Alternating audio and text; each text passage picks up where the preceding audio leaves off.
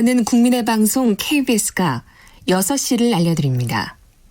AM 711kHz, FM 97.3MHz, KBS 1라디오입니다. HLKA.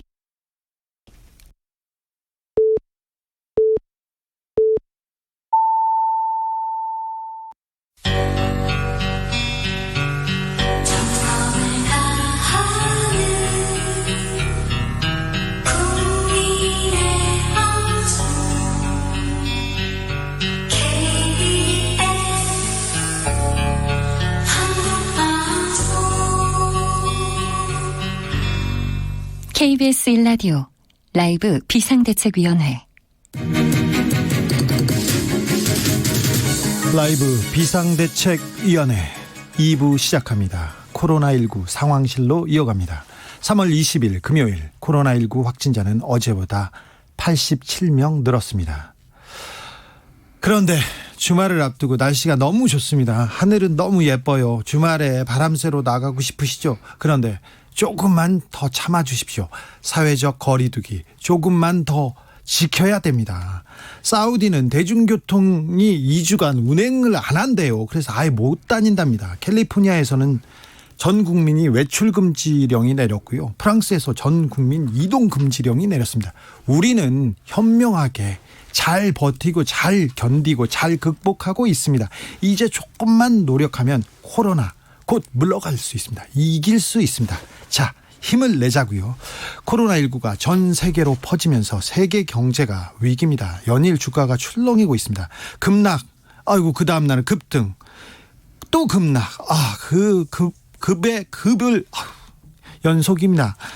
이 와중에 인터넷 게시판에서는 지금 주식을 사야 된다, 살까요 말까요, 이런 질문들이 계속 쏟아지고 있습니다. 아직은 아닙니다. 빚을 내서 지금 투자하라는 분들, 투자하려는 분들 있지 않습니까? 지금 집중하십시오. 전문가 모셔서 바로 그 이야기 해보겠습니다. 김학균 신영증권 리서치센터장 스튜디오에 나와주셨습니다. 안녕하세요. 네, 안녕하십니까? 네, 요새 객장 분위기 어떻습니까? 난리통입니다. IMF 때하고 비교해서 어떻습니까?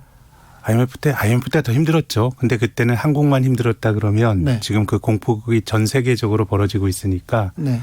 글로벌 전체적으로 보면 97년보다는 훨씬 더 큰 쇼크라고 봐야 되겠죠. 네. 주식 어렵죠? 늘 어렵죠. 네. 왜 근데 증권사에서 예. 밥만 먹고 맨날 주식만 보는 사람이고 한 네. 종목만 보는 사람들인데 예. 그분들이 펀드를 만드는데 그분들 그렇게 펀드를 못 하나요? 이게 미래를 전망하는 게 펀드를 운용하는 사람이나 저희 같은 애널리스트의 어떤 역할인데요. 예.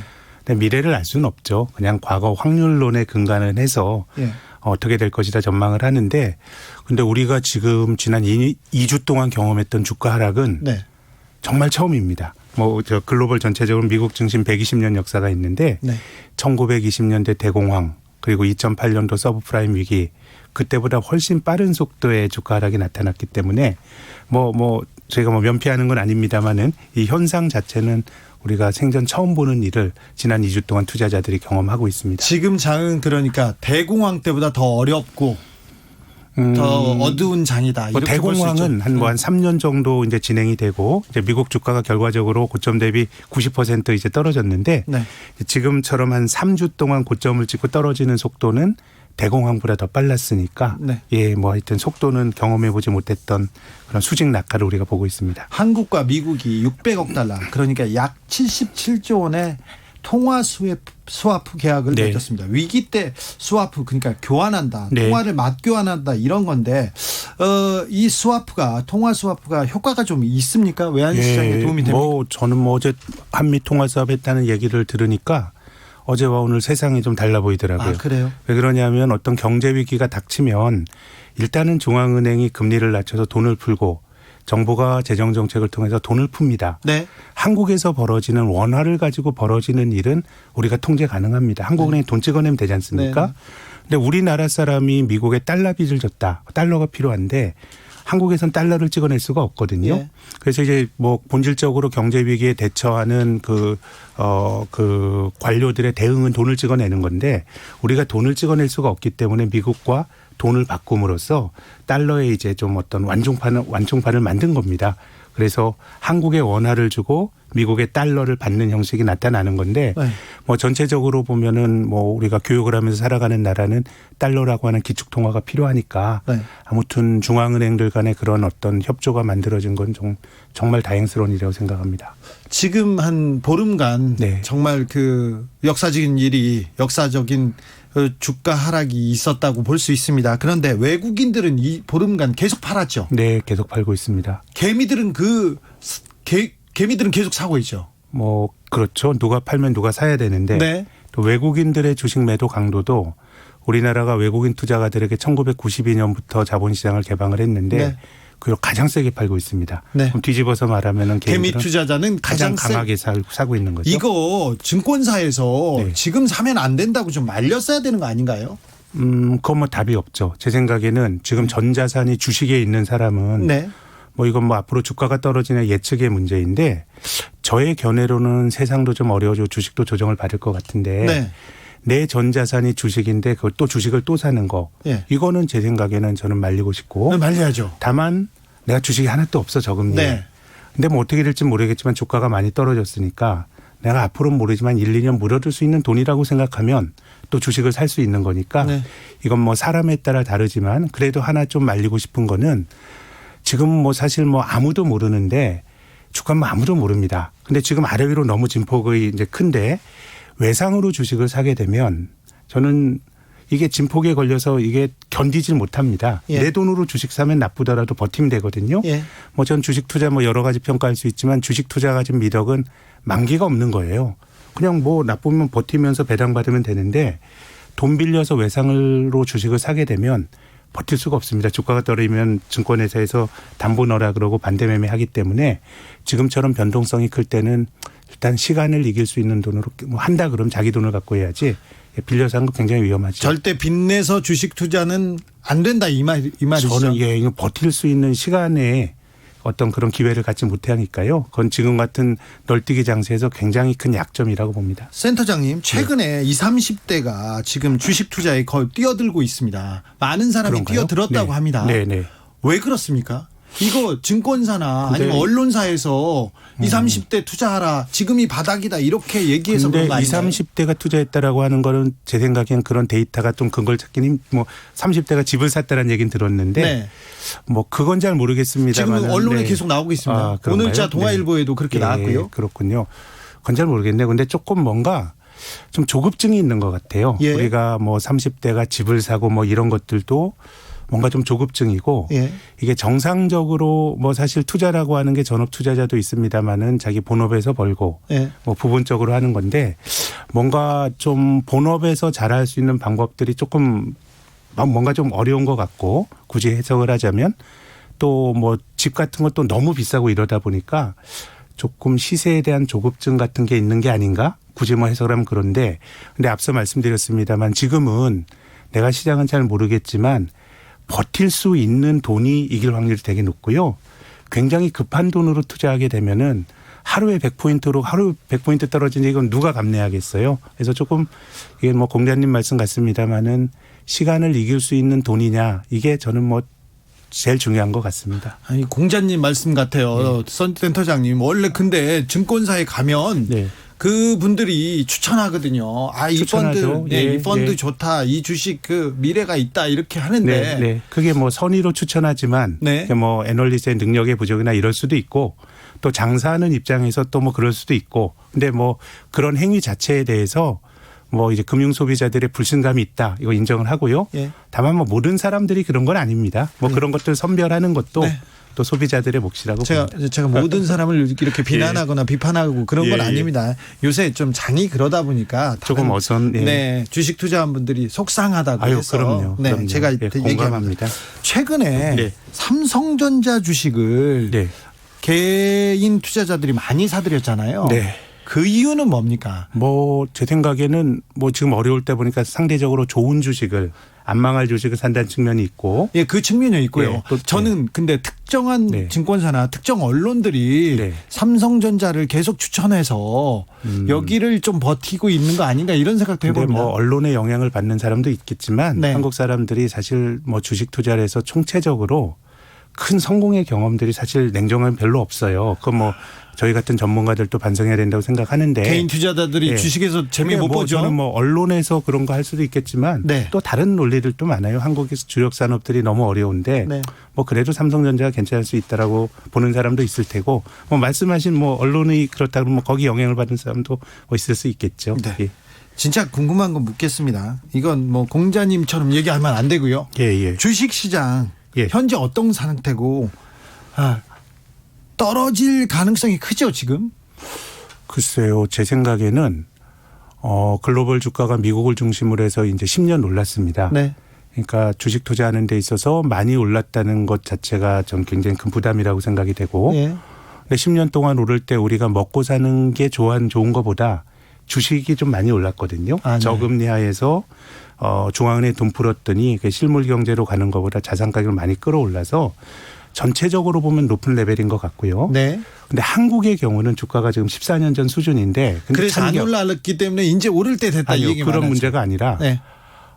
미국 증시가 좋을 때 한국이 못 올랐던 사례는 되게 많아요. 예. 근데 미국이 안 될 때 한국이 좋았던 사례가 별로 없어요. 네. 왜 그러냐면 이제 글로벌 금융 자본 그 금융 개방화라고 하는 거는 결국 미국 돈이 여기저기 가 있는 거거든요. 예. 그래서 미국 시장이 나빠지게 되면 지금처럼 주식을 팝니다. 예. 그래서 제 생각에는 한국 시장 내재적으로 보면 뭐 버블이라는 건 없는 것 같은데 과연 미국이 무너졌을 때 우리가 버틸 수 있냐면 그게 리스크인 것 같고 2008년도 글로벌 금융위기를 생각해 보면 우리 코스피가 2000에서 940까지 50%가 넘게 떨어졌습니다. 네네. 근데 2008년 우리가 회고해 보면 소위 주가 지수가 반토막 날 정도로 한국 증시의 그런 모순이 그렇게 심하진 않았거든요. 그렇죠. 그때 그 경제가 네. 그렇게 나쁘진 그런데 않았잖아요. 미국이 뭐 서브프라임으로 탈이 나니까 네. 외국인 팔면서 이제 떨어진 거니까 그래서 이제 어떻게 보면 우리나라가 개방을 많이 한 시장이니까 금융 자유화에 따른 이제 후폭풍이 외국인 매도를 통해서 나타나니까 예. 이제 미국이 이제 빠진 지가 4주밖에 안 됐으니까 그런 점에서 보면 저 한국이 뭐 그런 리스크에 노출돼 있다고 봅니다. 그런데 그러면 바닥은 언제쯤일까요? 그건 알 수는 없는데 미국도 주가가 10년 올랐는데 미국 시장도 한번 주식이 약세장으로 가면 가장 짧았던 약세장이 17개월입니다. 17개월이요? 근데 이제 한 4주 조정을 받은 거니까 주가는 급하게 빠진 것 같은데 주가는 한번 떨어지면 또 긴 추세로 움직이니까 크게 보면 글로벌 전체적으로는 좀 이제 약세장으로 이제 막 시작이 된 것 같고 17개월이었어요? 예. 뭐 10년 올랐는데요. 뭐 네. 예. 알겠습니다. 그래서 우리 금융당국이 그리고 은행권이 지금 긴급 처방을 내놓고 있습니다. 10조 원 규모의 채권시장 안정펀드를 조성하기로 했는데 증권시장 안정펀드도 뭐 적극적으로 참여하기로 했고요. 10조 정도 규모면 조금 좀 도움이 되지 않을까 생각도 합니다. 뭐 이게 상황이 어떻게 되냐에 따라 다르는데 뭐 저는 뭐 돈 찍어서 주식을 부양하는 건 효과가 있겠나 싶고 예전에는 한국은행이 발권력을 동원해서 주식시장을 받치려고 했는데 못 받쳤는데 채권시장 안정펀드는 기업들이 이제 경제활동을 하다가 갚아야 될 부채가 만기가 갚아야 되는데 지금처럼 뭐 전 세계 경제활동이 중단이 되다 보면 일시적으로 유동성이 닥치게 되니까 요 어려움을 뭐 저는 넘기기 위해서 정부가 도와주는 건 맞는 것 같고요. 예. 다만 이제 뭐 주가를 받치고 이건 글로벌 주가가 다 떨어지는데 어떻게 한국만 버티겠습니까? 뭐 그런 정책은 뭐 관료들이 나름의 길을 찾는 거지만 효과는 크지 않을 거라고 봅니다. 예. 이런 어려운 상황에서 개인 투자자들은 어떻게 행동하는 게 현명한가요? 일단은 지금은 아무도 모르는 시장을 예측하려는 것보다 네. 자기를 돌아봐야 될 것 같아요. 그러니까 어려울 때가 투자에 있어서 한편의 기회이긴 하지만 예. 지금 막 총알이 날아다니니까 예. 최소한 시간을 이길 수 있는 돈, 정말 여유자금, 안방할 회사, 또 배당도 주는 회사, 뭐 이런 것들을 부분적으로 사는 건 고려할 수가 있겠습니다만은 뭐 내 자산의 주식이 지금 많다 그러면 이건 뭐 더 사기보단 그냥 기존 주식을 좀 수습하는 게 더 중요해 보이고요. 예. 그래서 뭐 좀 내 돈이 시간을 이길 수 있는 여유 자금인가 뭐 거기에 대한 답에 따라서 좀 대처가 달라질 것 같네요. 네. 잘 알겠습니다. 예, 고맙습니다. 오늘 시간 내주셔서 감사합니다. 네. 지금까지 김학균 신영증권 리서치 센터장이었습니다. 감사합니다. 네. 라디오 정보센터로 갈까요? 정한나 씨. 서울에서는 해외에서 입국했거나 그리고 콜센터 관련 확진이 잇따르면서 오전 10시 기준 서울시가 집계한 누적 확진자는 300명이었는데 이후 추가 확진자가 3명 확인되면서 서울 확진자 숫자는 최소 303명으로 추산됩니다. 코스피가 오늘 열흘 만에 상승 반전했습니다. 하지만 외국인은 12거래일 연속 순매도 흐름을 이어갔습니다. 한국과 미국 중앙은행이 통화 스와프를 체결하기로 한 다음 날인 오늘 원달러 환율이 6거래일간의 폭등세를 멈추고 40원 가까이 떨어졌습니다. 어제 상승분을 거의 만회하는 수준입니다. 정세균 국무총리는 오늘 코로나19 사태로 인한 유치원과 초중고교 개학 연기로 교육당국이 제공하고 있는 유초등 긴급 돌봄 현장을 방문해 상황을 점검하면서 정부는 어떻게든 앞으로 2주간 최선을 다해 4월 6일에는 개학을 할 수 있도록 준비하려고 단단히 마음을 먹었다고 밝혔습니다. 홍남기 부총리 겸 기획재정부 장관이 코로나19 사태의 영향으로 1분기 우리 경제가 마이너스 성장할 수 있다고 언급했습니다. 다국적 투자은행 JP모건이 코로나19의 세계적 대유행에 따른 세계 경기 침체 우려로 올해 한국의 국내 총생산 성장률 전망치를 1.9%에서 0.8%로 하향 조정한다고 오늘 밝혔습니다. 정부가 전국의 요양병원과 요양시설에 방역관리를 강화하는 행정명령 등을 발동하고 이를 어겨서 집단 감염이 발생하는 요양병원 등에 대해서는 손해배상 청구까지 검토하기로 했습니다. 경기도는 역학조사에 부실하게 응해 역학조사관 감염과 선별진료소 운영 중단 등의 피해를 초래한 분당 재생병원을 고발하기로 했다고 밝혔습니다. 지금까지 정보센터 뉴스였습니다.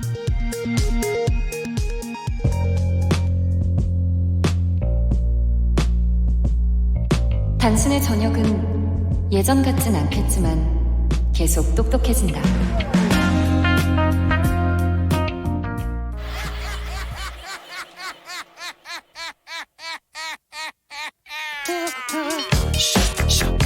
오늘 비대위 기자실에선 어떤 소리가 날까요? 들어보시죠.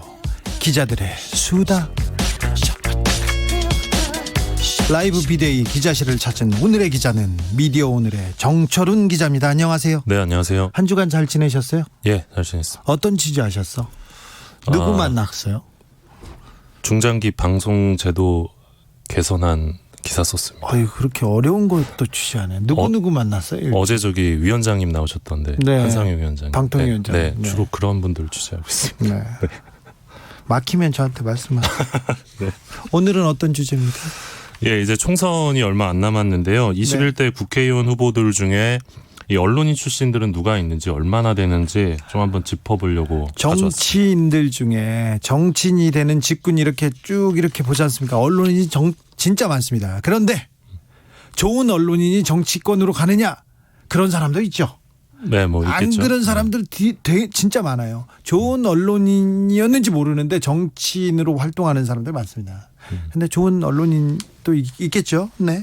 각 당별로 좀 볼까요? 예, 먼저 더불어민주당을 볼 텐데요. 일단 네. 종로 출마한 이낙연 후보 뭐 유명하죠. 1979년에 동아일보 기자로 입사를 했었고요. 87년에 DJ 마크맨이었던 걸로 좀 유명합니다. 네, 네. 기자 생활을 오래 하셨죠. 예, 대전에 출마한 박병석 후보는 이제 1975년에 중앙일보 기자로 입사를 했었고요.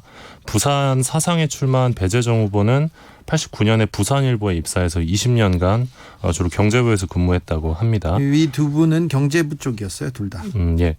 그 마포에서 나오는 노웅래 후보의 경우 MBC에서 20년간 기자 생활을 하셨고요. 네. 수원에 출마하는 박광원 후보도 MBC 기자 출신으로 이제 보도국장을 역임하신 바 있습니다. 네, 맞네요. 예, 서울 중구 성동구 을에 이제 전략 공천된 박성준 후보는 KBS 아나운서 출신으로 2011년에 JTBC로 이직을 해서 아나운서 팀장을 했던 분이고요. 이분은 아나운서. 네. 예. 네. 그리고 재선에 도전하는 김종민 후보의 경우 내일신문에서 일을 하다 네. 1999년 시사저널에 입사해서 정치팀장을 맡은 바 있습니다. 우리 선배였어. 네, 옆자리에 있었어요. 아, 같이 일하신 예. 경험이 있으시군요. 예. 미래통합당에도 언론인 출신 후보 많지요? 예, 적지 않습니다. 미래통합당을 보면 이번에 대구 경선에서 탈락한 이진숙 후보, MBC 기자 출신이죠. 아이고, 이분 되게 유명하신 분이잖아요. 예, 뭐 유명하신 분인데 2012년에 MBC의 이 공정보도를 위한 170일 파업 당시 이 회사 쪽의 홍보국장을 맡으면서 이 노조 탄압에 앞장섰다는 평가를 받은 바 있는데요. 이번에 당선되실까 싶었는데 아쉽게도 경선에서 네. 대구 분이시군요. 네. 네, 그래서 근데 경선에서 탈락하셨어요. 예. 그리고 이번에 송파에서 공천을 받은 배현진 후보는 MBC 아나운서 출신으로 이분도 유명하시죠. 예, 6년 8개월간 뉴스데스크를 진행하셨대요. 그래서 최장수 앵커 기록을 갖고 있다고 합니다. 그런데 이분은 주로 저기 MBC 이명박 박근혜 정권 시절에 이렇게 앵커를 하셨죠? 예, 맞습니다. 그 MBC 또 다른 앵커 출신이죠. 김은혜 후보도 성남 분당에서 출마할 예정인데요. 네, 이분은 이명박 대통령의 입이었죠. 네, 맞습니다. MB 청와대. 네. MB 정부 초대 외신 담당 1부대변인을 역임한 바 있습니다. 대변인 하다가 그리고 기업체로 가지 않으셨나요? 예, 맞습니다. 기업체로 이렇게 예. 낙하산 예. 가셨다가 MBN으로 가셨다가 MBN으로 예. 가셨다가 다시 오셨네요. 예. 그리고 전직 MBC 사장 출신인 김장겸, 김재철 후보는 아쉽게도 컷오프 되셨고요. 이분들 선거 때마다 이렇게 그쪽에 미래통합당 쪽에 계속 이렇게 갔는데 이번에 컷오프 됐습니까? 예, 김재철 후보는 좀 안타까울 정도인데요. 예. 계속 지속적으로 컷오프 되고 있고 비례대표도 이제 지원을 했었는데 역시 순위에 들지 못했습니다. 아니 근데 김재철 후보가 굉장히 그 미래통합당을 위한 보도 그리고 공헌했다 이런 얘기가 들릴 정도로 노력했는데 왜 이분은 계속 컷오프 되는 건지 잘 모르겠어요. 그러니까 실컷 이용당하고 버림받은 건 아니냐 이런 평가도 있더라고요. 또 다른 분은요? 예, 정연국 전 MBC 시사제작국장, 네. 최대현 전 MBC 아나운서 모두 경선에서 탈락했고요. 네. 공천에서 탈락했다가 이번에 941생으로 경선을 앞두고 있죠. 민경욱 후보. 아유, 예, 이분 유명한 관심사인데요. KBS 앵커 출신이시죠? 예, 굉장히 유명하신데 네. 문화부장 출신으로 박근혜 정부에서 메인 뉴스 진행을 맡았었고요. 2014년 2월 5일 청와대 대변인으로 발탁이 되셨는데 네. 바로 전날 KBS 리포트를 하고 당일 오전에 편집회의까지 참석한 다음에 오후에 청와대로 넘어가면서 언론계에 적지 않은 충격을 줬던 분입니다. 아, 네. 그거 놀랐었죠. 민경욱 그 후보가요. 박근혜 전 대통령이 처음으로 정치권에 입문했을 때 그때 대구 달서에 아마 그 보궐선거로 처음 들어왔어요. 아, 예. 그때 그 박근혜 전 대통령의 마크맨이었습니다. 네, 이런 일이 있습니다. 네, 그리고요. 네, 이번에 공천에서 또 아쉽게 탈락하신 분이죠. 네. 강효상 미래통합당 의원인데요. 네. 이번에 조선일보 기자 출신으로 2013년 최동호 혼외자식 보도 당시 조선일보 편집국장이었고요. 이걸 주도했죠. 예, 그리고 2011년 TV조선 개국 당시에 유명하죠. 이 형광등 100개를 켜놓은 듯한 아우라. 네. 그리고 자막이 나왔을 때 TV조선 보도본부장이었습니다. 아, 이분 조선일보에서 굉장히 예. 네, 역할을 많이 하고 네. 많이 했는데 네. 탈락했네요. 네, 이분도 문턱을 넘지 못했습니다. 저기 미래통합당 쪽으로 간 그 언론인들은 많이 컷오프가 됐습니다. 물론 아직도 많이 남아 있지만요. 미래한국당의 비례대표로 간 후보들 중에서도 예. 언론계 출신 많네요. 예, 1번이 조수진 전 동아일보 논설위원이었는데요. 네. 얼마 전 채널A에서 이 대깨문 대깨조 발언으로 논란을 일으킨 바 있습니다. 이게 뭐죠? 머리가 깨져도 문재인, 머리가 깨져도 조국 이런 은어인데요. 좀 방송에서 하기에는 좀 적절하지 않은 네. 발언입니다. 그래서 네. 선거방송심의위원회로부터 행정지도를 받은 바 있는데요. 이 건 때문에. 그 조수진 전 동아일보 논설위원은 언제까지 동아일보에 계셨어요? 며칠 전까지 그 채널 A에서 예. 계속해서 보도를 하고 비평을 하는 걸 봤는데. 예, 맞습니다. 그런데 바로 지금 또 정치권으로 갔는데 언제까지 동아일보에 계셨죠? 정확한 퇴사 날짜 모르겠습니다. 다음 주에 알려주세요. 네. 네, 그리고요. 예, 신동호 전 MBC 아나운서 국장이 당선권이죠. 14번을 받았는데요. 네.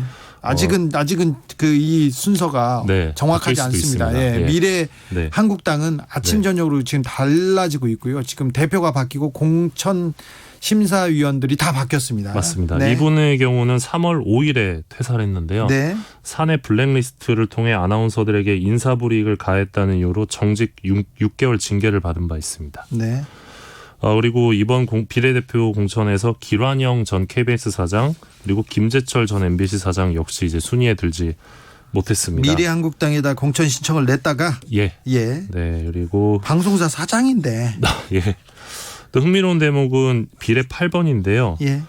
유튜브 채널 호밀밭의 우원재라는 곳의 운영자가 이 8번을 받았습니다. 유튜버가요. 예. 그래서 이분이 이제 뭐 문재인 대통령의 탄핵을 주장했던 분이고요. 뭐 예. 주로 이제 문재인 대통령 탄핵을 주장한 유튜버가 비례 8번을 받았다고요? 예, 맞습니다. 네. 아, 네.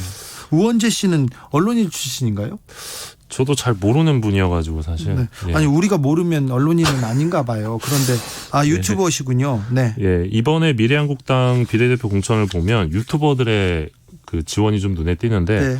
가로세로 연구소 유명하죠. 이곳 대표인 김세희 전 MBC 기자의 경우 지원을 했으나 순번을 받지 못했고요. 예. 또 신혜한수 기자도 지원을 했으나 마찬가지로 순번은 받지 못했습니다. 아, 네. 김세희 전 MBC 기자가 또 신청했군요. 네. 네. 그리고 언론인 중에 국회의원이 되는 언론이 진짜 많죠. 예. 왜 국회 때마다 많은데요. 네, 맞습니다. 어느 정도 됩니까? 이 통계상? 예, 김세윤 강원대 신방과 교수가 쓴 논문을 보면요. 재원국회부터 20대 국회까지 이 언론인 출신 국회의원은 모두 377명입니다. 네. 단일 언론사 가운데에는 동아일보 출신이 가장 많은 것으로 나타났고요. 네.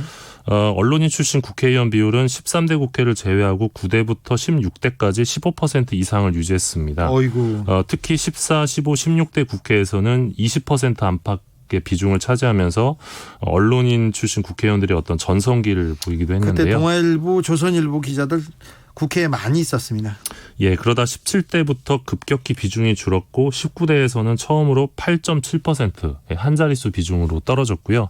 20대에서도 8.7%를 기록했습니다. 아직도 많습니다. 근데 이 8.7%로 떨어졌다고 하는데 아직도 많은 비중인 것 같습니다. 예, 이걸 두고 이제 언론인의 정치적 열망이 줄어든 결과라기보다는 그렇죠. 이 국회의원의 진입 장벽이 높아진 결과다 이런 분석이 있습니다.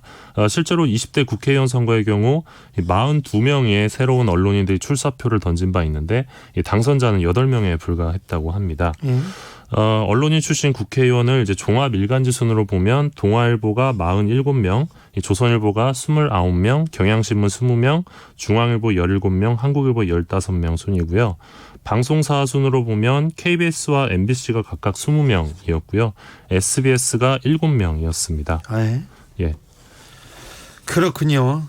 언론인들의 정계 진출 부작용이 조금 저는 걱정이 돼요. 저는 이동관 전 동아일보 기자였는데 네. 칼럼을 계속 썼어요. 논설위원이었죠 마지막에는. 그래서 사설에서 계속해서 뭐 노무현 그리고 김대중에 대한 비난, 비판, 저주에 가까운 비난을 쏟다가 며칠 있다가 그냥 가더라고 정치권으로. 그래 그런 걸 보면서 저런 것 때문에 가는구나 이런 그 정치 쪽으로 가는 분들 있지 않습니까? 그런 언론인들은 보여요 칼럼에서. 예, 윤창중 씨도 유명했죠. 네네. 예. 그랬는데 좀 부작용에 대해서 걱정이 조금 됩니다. 예, 사실 이 폴리널리스트 논란이라고 우리가 흔히 부르는데 이 한국 언론계의 고질적인 문제이기도 합니다. 이 언론계 활동을 기반으로 이 정치권으로 직행하는 이들 때문에 언론의 신뢰를 떨어뜨린다는 지적인데요. 사실 제가 생각하는 더 큰 문제는 이 정치권에서 실패하는 사람들이 있습니다. 이 실패한 폴리널리스트들이 있는데 이분들이 다시 언론계로 돌아오는 경우가 있습니다. 그건 좀 말이 안 돼. 금도가 있는데 언론계에 금도가 있는데 정치권에 몸담은 사람은 다시 언론으로 오지 않는다는 게 금도였는데 그것도 무너졌어요. 예, 맞습니다. 사례를 좀 들면 박근혜 정부 시절 이 국방부 대변인이었던 분이 다시 중앙일보로 돌아가 국방부 기사를 쓰는 경우도 있었고요. 예. 또 유명하신 분이죠. 이진동 조선일보 기자의 경우 2008년 한나라당 후보로 안산에 출마했다 낙선한 뒤에 몇 년 뒤 TV조선 사회부장으로 복귀한 바가 있습니다. 2번인가 낙선했어요. 그래서 사실 언론계에서는 성공한 폴리너리스트만큼 실패한 폴리너리스트도 좀 골치인 상황인데요. 근데 아까 말했던 김은혜 씨도 그렇고요. 네, 그다음에 맞습니다. SBS 그 연예 관련돼서 MC를 주로 받다가 그 국회의원이 됐다가 다시 돌아온 분이 있는데 유정연 씨도 그렇죠. 아, 예. 좀 많아요. 요새 막 예. 늘고 있습니다. 종편에서. 특별히. 예, 맞습니다. 근데 지금 언론이 이제 기자들의 청와대 직행이나 이제 숙려 기간 없이 출마하는 상황을 비판하는 기사를 씁니다. 쓰기는 쓰는데 쓰고 나면 이제 부러우면 부럽다고 말해라 이런 댓글이 달립니다. 그러니까 독자들이 지금 그런 상황들을 냉소적으로 받아들이고 있다는 건데요. 그만큼 좀 언론의 신뢰가 많이 떨어진 결과가 아닌가 싶습니다. 이명박 정권 때도 그렇고요. 박근혜 정권 때 특별히 SBS에서 보도국장, 보도본부장 하다가 하루아침에 청와대로 직행하는 그런 많이들 경우 가셨죠. 예. 있었습니다. 네. 뭐 아까 민경욱 후보 얘기도 했었는데 좀 언론인의 자성이 저널리스트라는 좀 자존심, 자부심에 대해서 좀 한 번 더 생각해 봐야 되는데 제가 그 생각을 해보라고 하는 게 좀 무리인 것 같습니다. 지금까지 기자들의 수다 미디어 오늘의 정철은 기자였습니다. 감사합니다. 고맙습니다. 교통정보센터로 가겠습니다. 김한나 씨. 네, 극심한 정체 구간을 중심으로 살펴드릴 텐데요. 서울 외곽고속도로 판교에서 구리 쪽으로 성남 부근에서 밀리다가 송파 부근에서 토평까지 15km 길게 정체 이어지고요. 일산에서 판교 쪽으로는 일산에서 김포까지 정체, 이후로 김포 요금소부터 송내 12km 사이에서 지나기 어렵습니다. 서해안고속도로 서울 쪽으로는 서평택 분기점에서 화성휴게소 부근에 차가 가장 많이 몰려 있고요. 평택 시흥고속도로 시흥 쪽은 조암 부근에서 송산 마도 부근 18km 극심한 정체입니다.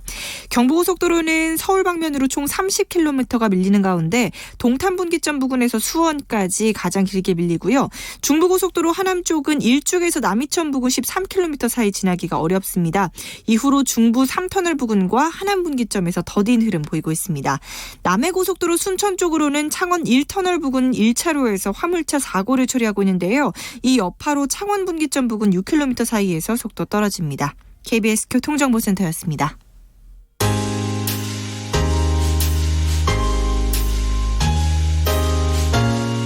당신의 퇴근길, 야근길, 하굣길, 정처 없이 걷는 길, 그 모든 길에 변함없이 함께합니다.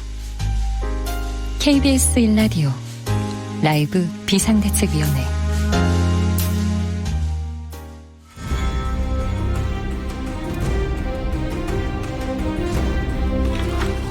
오늘 국회의 치열함이 내일 총선의 결과로 나타난다. 의석을 지키기 위한 국회의원들의 전쟁 같은 이야기 지금부터 시작합니다. 2020 의석 전쟁. 최영일 평론가 어서 오세요. 안녕하세요. 네, 건강은 괜찮으세요? 아유, 건강합니다. 네. 방송 머슴이 건강해야죠. 방송 머신이죠. 텐면 머신인가요? 나와 수도꼭지 방송 추구하는 머슴이 최영일. 아니고. 네, 머슴은 안 네. 되고요. 머신입니다. 아유, 머신이면 더 건강해야 되겠네요. 네, 그렇습니다. 아프면 안 됩니다. 안 됩니다. 네, 4.15 총선이 26일밖에 안 남았습니다. 아프면 네. 안 됩니다. 네.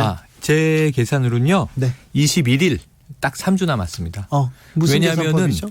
4월 10일하고 11일이 네. 사전 투표인데 투표가 시작됩니다. 사전 투표가 시작되는 순간 네. 이미 걷잡을 수 없어 시작된 거예요. 그렇죠. 15일 본투표이긴 합니다만 네. 사실은 4월 10일부터 네. 4.15 총선은 시작되는 셈이다. 이번에는 사전 투표가 역사상 가장 높은 수치를 네.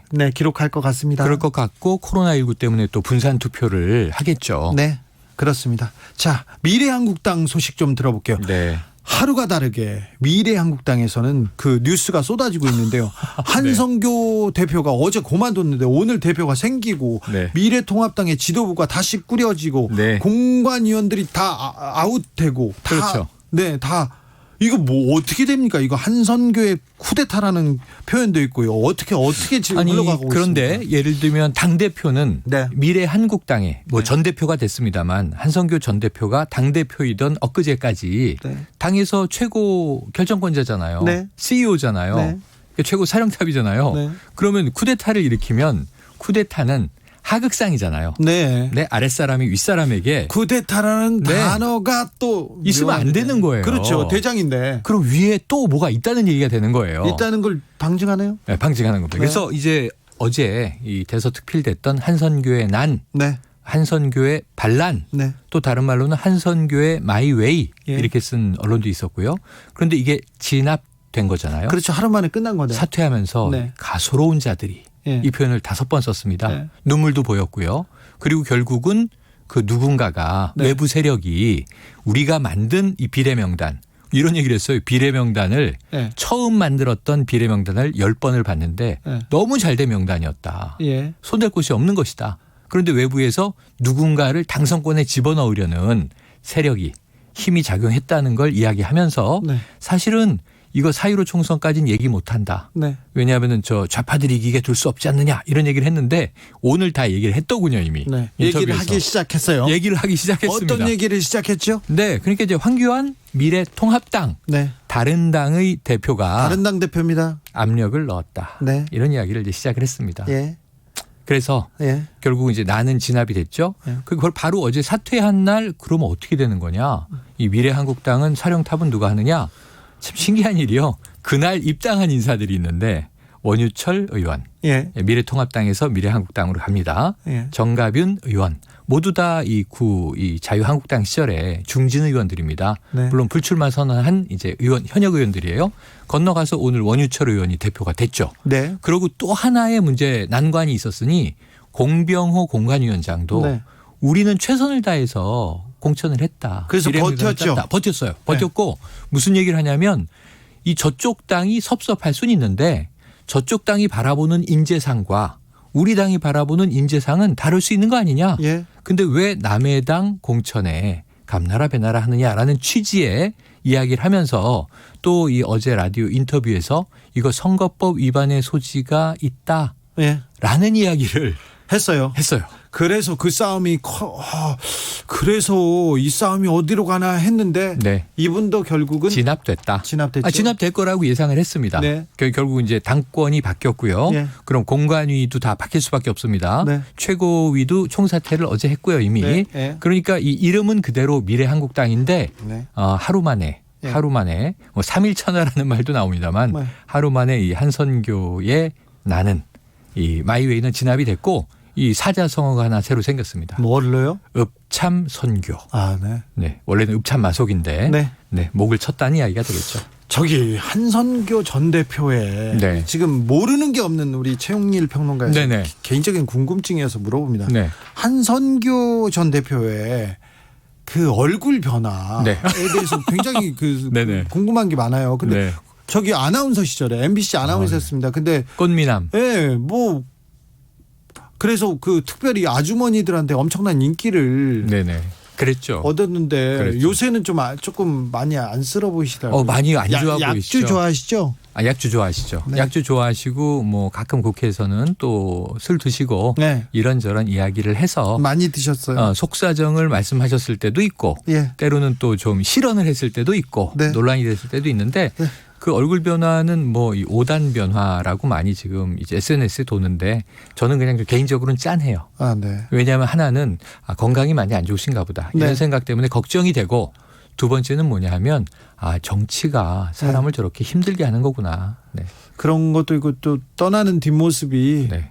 조금 그런데 깔끔하지 않다. 최근에 보시면 2번 울었어요. 한 번은 불출마 선언을 하면서 네. 박근혜 전 대통령에게 너무너무 죄송하다 하면서 눈물을 보였는데 네. 자 이번에는 그 누군가를 향해서 이를 갈면서 네. 사실은 분노 네. 분한 눈물을 흘렸죠. 네. 자 이제 그 과정. 그래서 저는 이게 오늘 아침에 뭐 방송에서 그런 주장을 시작했는데 전 선관위가 이렇게 두면 안 되는 거 아닌가. 그렇죠. 선관위가 네. 이거 예. 남의 당 문제에 그러니까 대해서. 지금 언론에서도 이 방송을 통해서 우리가 그 이야기를 하고 있고 네. 하루 종일 신문 인터뷰도 그 이야기를 물어봐서 그 이야기를 했는데 예. 그러면 미래 한국당의 주인이 누군지 이제 예. 국민이 다 알잖아요. 예. 그러니까 이 쿠데타를 일으키면 진압당하는 걸 봤잖아요. 만들 때부터 위성정당이었고 자매정당이라는 걸 알았는데 스스로 인정을 했고. 근데 그때 선거법에 대해서 선관위에서 너무 느슨하게 그냥 버려두는 바람에 네. 지금 이 사단이 난 거 이 아니에요? 사단이 났고 결국은 이런 거죠. 저는 이런 표현을 써요. 원래는 이제 권투 경기를 하려고 민주당과 이 미래통합당이 링에 올라갔는데 갑자기 미래통합당이 발차기를 하기 시작하는 거예요. 예. 그럼 다른 경기를 하는 거죠. 네. 그럼 심판이 자 이건 복싱이지 이종격투기가 아니니까 네. 발은 쓰지 마세요. 이렇게 아니 심판이 해야 되는데 적극적으로 개입해야죠. 지금 이걸 놔두고 있는 상황이에요. 폭력 사태가 일어나고 있는데요. 그러니까 민주당도 지금 발을 쓰기 시작했죠. 9909님. 네. 네. 이번 선거 과정은 후세 16부작 미니 시리즈로 만든다면 대박 날 것 같아요. 네, 네. 선거 전개 속도가 어마어마하고 게다가 전 세계적 전염병과 경제 불황 속에서 이루어지니 굉장히 스펙타클할 것 같습니다. 이 사극은 이 주진우 시점으로 쓰여질 거고요. 네, 제 시점. 아마 저는 카메오로 출연하게 될 것 같습니다. 아이고 그렇지는 않을 것 같고요. 아 그런가요? 그러면 네. 미래한국당에서 발표한 그 순번은 이렇게 이제 효력을 다 한 거가 되겠네요. 네, 제가 보기에는 절차를 거쳐서 네. 절차를 안 거치면 네. 이땐 선관위가 개입합니다. 네. 왜냐하면 선관위가 뭐라고 얘기를 했냐면 비례 정당도 비례 대표를 명단화해서 네. 공천에서 낼 때도 반드시 당원 대의원의 참여가 필요하고요. 네. 민주적 절차를 거치라고 돼 있어요. 공관위원을 다 새로 뽑았기 때문에 네네. 그리고 황교안 대표의 측근들이 다 장악을 했기 때문에, 네. 이 순서는 바뀌겠네요. 완전히 바뀌어서 저는 리셋될 것이다. 아, 네. 네네. 지금 이제 한선교 전 대표 버전의 이 비례 명단은 갈갈이 날아가게 될 것이고 그러시겠죠. 새로운 명단이 나올 것이다. 아니 그러지 않을 거면 네. 뭐하러 이 사단이 일어납니까? 자, 그렇다면 네. 아니 근데 한선교 전 대표는 박근혜 대통령한테 미안하다고 하면서 박근혜 대통령의 편지에 나온 편지로서 그렇게 호소했던 유영하 변호사는 왜 안 넣어줬대요? 그러니까 그 배제 자체가 네. 사실은 이 원래 예측컨대는 전 이렇게 될 줄 알았어요. 그러니까 네. 미래한국당을 만들어서 한선교 의원을 보내서 대표직을 줄 때 황교안 대표 뜻대로 되진 않을 것이다. 네, 그럼 원래 그림은 어떤 거냐면 미래통합당은 열심히 개혁하는 모습으로 이 공천 과정을 짜고 물갈이 한다 그랬으니까 네. 김영호 전 위원장인데 네. 그거 잘했어요. 네. 중지들 많이 걸러내고. 네, 김영호 네. 공관위원장 굉장히 정치적인 묘수를 많이 두면서 네. 공천 개혁 드라이브 심지어는 머뭇머뭇하는 황교안 대표를 네. 종로에 들어가게 한 것도 이제 김영호 전 위원장의 힘인데 네. 어쨌든 이 여러 가지를 그럴듯하게 했는데 나머지 그럼 친박이 순순히 네. 이번 총선에서 이 2선, 3선으로 물러날 것인가 네. 불출마 선언은 제법 했습니다만 네. 무소속 출마의 길도 열려 있었던 거고요. 네. 또 하나는 비례정당이 생기는 걸 뻔히 아니까 네. 한선교 대표 우리랑 친한데 네. 박근혜 전 대통령을 위해서 눈물도 흘리신 네. 그런 충격 있는 분인데 그럼 우리 친박을 위한 백도어 마지막 교두보 뒷문 네. 이것이 바로 미래한국당이라고 생각을 해서 과거에 사실은 이거는 공인된 친박연대 같은 거 아니겠는가 했는데 한선교 이 대표의 나는 이제 좌절이 됐습니다. 네. 아무튼 유형아 변호사는 기회가 마지막으로 생긴 건가요? 기회가 생겼다고 보긴 어렵습니다. 그렇죠. 유영하 변호사가 새로운 비례 명단에 들어가면 그건 또 다른 파장이 있을 수 있고요. 이미 박근혜 전 대통령이 경로했다고 예. 옥중에서 예. 전원이 됐어요. 이번엔 친필이 나오진 않았어요. 네. 입으로 전해졌는데 뭐라 그랬습니까? 능욕당했다. 네. 내가 정말 이번에 한번 그 보수 통합 밀어주려고 나라를 위한 취지로 이런 얘기를 했는데 두 번 칼질을 당했다라는 이제 참 좀 처참한 표현이 등장합니다. 네. 제 생각에는 이걸 수습하기는 쉽진 않아 보입니다. 네. 그렇습니다. 유영하 변호사는 어떻게 되는지 잘 모르겠네요. 1416님. 구치소 교도소를 왔다 갔다 하시겠죠. 접견을 많이 하실 겁니다. 그리고 메시지가 또 나올 것 같습니다. 계속 나올 겁니다. 계속. 네.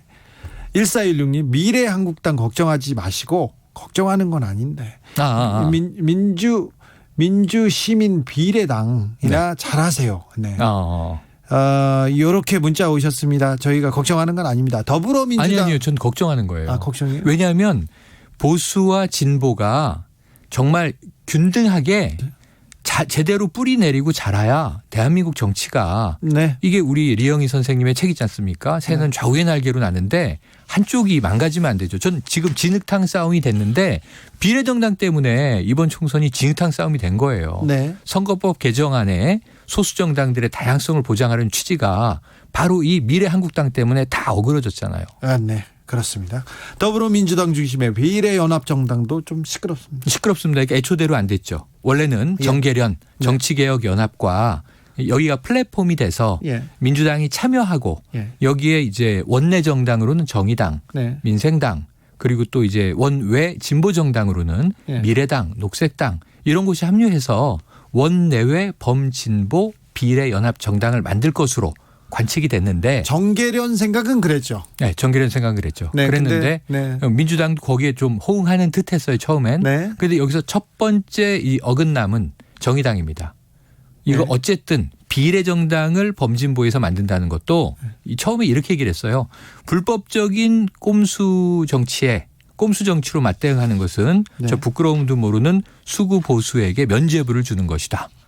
면죄부를 주는 꼴이 될 것이다. 네. 그리고 이제 참여 안 했죠. 끝까지. 지금 불참이고 여기에 대해서 민주당은 정의당 입장 존중한다. 네. 그러면서 이제 어긋났고 민생당은 걸쳐 있어요. 예. 바른미래에게는 들어가서는 안 된다. 네. 대한신당하고 이제 민주평화계는 들어가야 된다. 하루는 들어간다고 했다가 맞아요. 그 다음 날은 번복됐다가 계속 이제 이 과정이라 지금 이 경계선에 걸쳐 있고요. 예. 그다음에 문제는 녹색당이 자, 예. 성소수자 문제에 대한 입장이 다르다.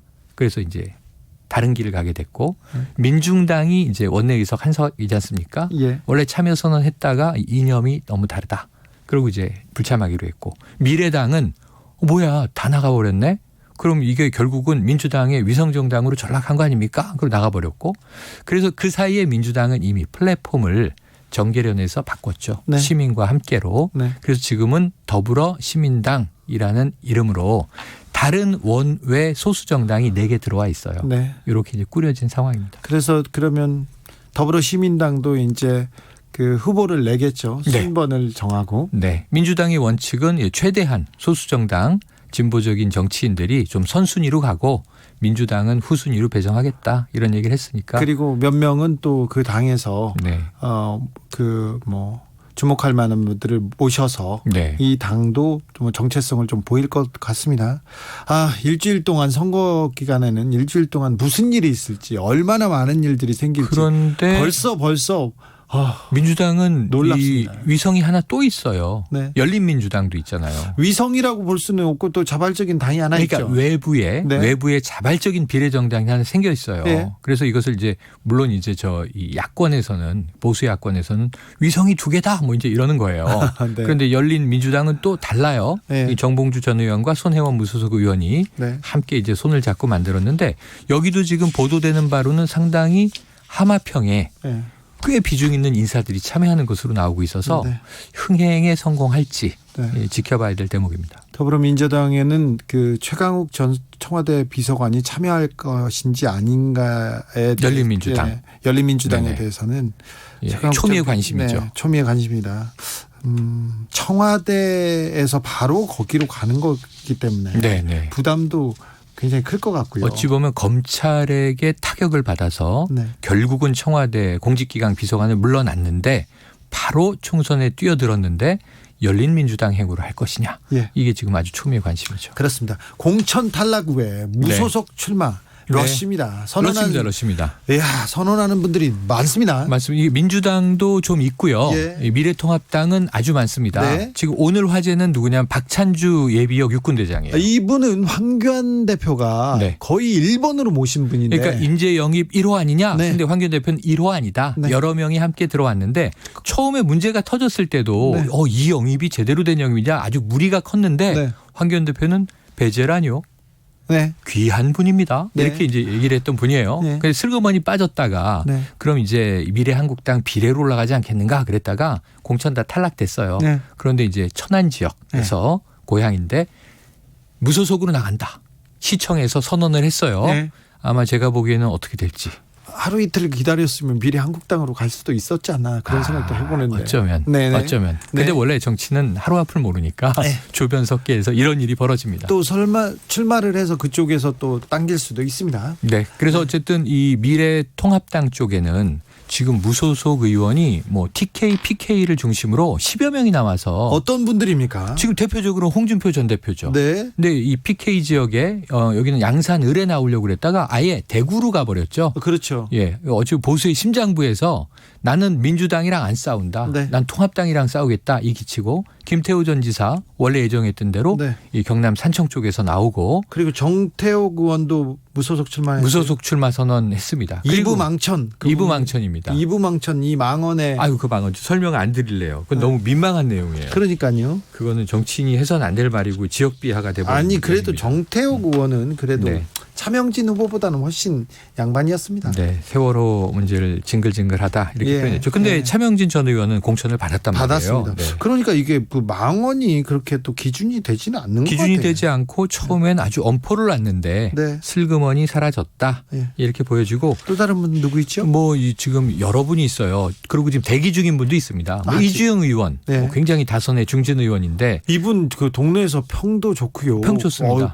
그리고 네. 단단한데요. 사실은 원내대표 후보로 여러 차례 나왔었는데 네. 좀 이제 고배를 마셨습니다만 이주영 의원 같은 경우는 또 세월호 해수부 장관이잖아요. 네네 그때 그때 수염과 머리 기르고 굉장히 그나마 팽목에서 계속 생활해서 이 세월호 유가족들이 그래도 그 당시 보수 정권에서 거의 부처장으로는 유일하게 대화가 인정하는 됐던 분입니다. 맞습니다. 네, 그렇습니다. 그런데 이제 이런 분들이 지금 다 공천 탈락이 돼서 물갈이가 됐고 지금 무소속으로 나오는데 10여 명이 무소속 연대를 만들지 않겠는가 이런 관측도 있는데 무소속 벨트 저는 네. 좀 그 파괴력이 있을 것 같습니다. 파괴력이 있습니다. 왜냐하면 이게 보수의 이 중심을 우리가 지켜내야 한다. 왜냐하면 홍준표 전 대표가 차기 대선을 바라보고 예. 낙동강 벨트도 사수해야 한다. 한강 벨트만 중요한 게 아니라 이거 의미 있는 얘기거든요. 예. 그런데 그럼에도 불구하고 지금 이제 황교안 대표는 한강 벨트 사수에 노력을 하고 있는데 네. 수도권에서 지금 어떤 언론들은 민주당이 많이 불리하다. 예. 크게 흔들리고 있다 그러는데 저 개인적인 관측으로는 이 지난 4년 전에 이 20대 총선과 크게 구도가 다르진 않아요. 구도 자체는. 구도는요? 예, 인물들은 지금 바뀌고 있고 더불어민주 박빙 지역은 많이 나올 것 같습니다. 더불어민주당에서도 무소속 출마 의원들이 좀 있습니다. 대표가 민병두 의원이죠. 민병도 의원이고. 예, 동대문 을. 그런데 지난번에 워낙 압도적으로 당선됐는데 네. 이 미투 논란이지 않습니까? 네. 근데 민병두 의원은 당선 가능성이 없는 이제 후보들을 경선시켜서 내보내니까 예. 내가 내 지역구 지키러 나간다라는 이제 변이에요. 예. 근데 문제는 잘 보시면 이해찬 민주당 대표와 황교안 미래통합당 대표 얘기가 좀 비슷한 맥락인데 무소속 의원들에게 엄포를 놨죠. 예. 그러니까 이번에 만약 무소속으로 나가서 서로 당선된다 한들 절대 복당시키지 않겠다. 영구 제명 발언하기. 영구 제명. 네. 네, 이해찬 대표 영구 제명한다 그랬어요. 네. 그런데 민병두 의원은 이거 되게 가볍게 얘기했어요. 네. 네. 저희 방송에 나와가지고요. 여기서 얘기하셨더라고요. 네. 사랑의 매. 예. 아, 네. 그러니까 사실은 당원 당규는 바뀔 수 있는 것이다. 그러니까 당선되면 돌아갈 수 있다는 희망을 갖고 있는 거거든요. 네. 정치는 생물이라 모르겠습니다. 그럴 가능성이 있을 수도 있겠죠. 아이고 일주일이면 선거판에선 무슨 일이 벌어질지. 다음 주에 또 아주 새로운 얘기 쏟아질 거예요. 그렇겠죠. 네. 여기까지 듣겠습니다. 지금까지 2020 의석전쟁 최영일 평론가와 함께했습니다. 감사합니다. 고맙습니다. 저는 콜드플레이의 Hymn for the Weekend 주말을 위한 송가라는 노래인데요. 이 노래 들으면서 라이브 비데이 마무리하겠습니다. K74147117님 봄나물 순서대로 만들고 있어요. 오늘은 세발나물, 돌미나리나물, 가지나물, 얼갈이 된장국. 와 봄이 왔나요 밥상에? 이병우님 전 두부조림 잘합니다. 두부를 살짝 붙이고 식혀 간장, 고춧가루, 간마늘, 후추, 양파 간 거 쫙 그리고 저만의 두반장 넣고 한 번 더 졸이면 맛 최고입니다. 오 그래요? 7073님 주디 혹시 마 아세요? 애들이 마를 좋아해서 요리해 먹습니다. 딱히 요리 솜씨가 필요 없어서요. 마 이거 건강에 좋고 몸에도 좋은데. 네. 아무튼 코로나여도 봄은 오고요. 밥상에도 봄은 오고 있습니다. 정치자들 사연 들으니까 네.